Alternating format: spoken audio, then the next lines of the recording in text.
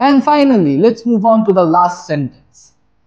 যাই হোক, ডেবিট এবং ক্রেডিট শব্দগুলো বিজ্ঞানের প্রধানদের মনের ভিতরে ভালোভাবে গঠিত, যদিও তারা দুইটি অর্থনৈতিক শব্দ। এই বাক্যটাও খুব বড় হয়ে যাচ্ছে, right? Again, let's break it down.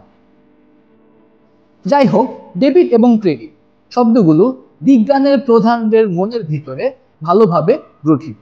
শেষ শব্দ হচ্ছে ভালোভাবে গঠিত, যা দিয়ে কোনো কাজ করা বোঝানো হচ্ছে না। সো এটা কি নন ভার্ব বিশিষ্ট বাক্য, মানে লেসন 2 এর বাক্য।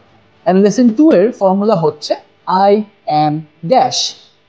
আই এর জায়গায় বসবে, বাক্যে জাতি নিয়ে কথা বলা হচ্ছে। এই বাক্যে ডেবিট এবং ক্রেডিট নিয়ে কথা বলা হচ্ছে। সো এটা ইংলিশ হচ্ছে the words debit and credit. এটা বসতেছে আই এর জায়গায়।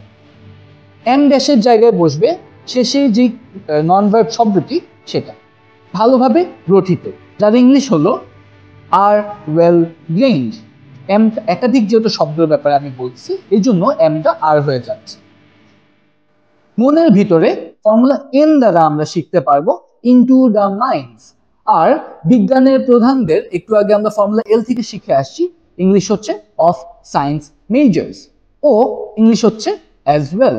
আর যাই হোক এর ইংলিশ হলো হাউ এভার। নেক্সট পার্টটা যদি আমরা খেয়াল করি, তা ছিল যদিও তারা দুইটি অর্থনৈতিক শব্দ। এটাও দেখো, শেষ শব্দ হচ্ছে দুটি অর্থনৈতিক শব্দ, যা হচ্ছে নন ভার্ব বিশিষ্ট শব্দ, কারণ কোনো কাজ করা বোঝাচ্ছে না। সো এটাও আমরা লেসন 2 দিয়ে গঠন করতে পারবো। ফর্মুলা হচ্ছে আই অ্যাম ড্যাশ। আই এর জায়গায় বসবে, বাক্যের জাতি নিয়ে কথা বলা হচ্ছে।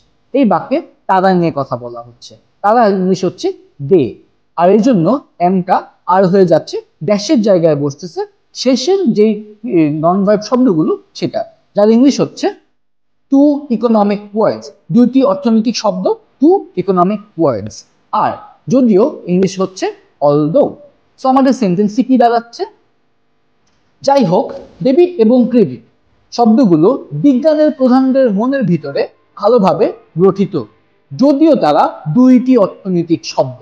ইংলিশটি হলো however, the words debit and credit are well ingrained into the minds of science majors as well, although they are two economic words.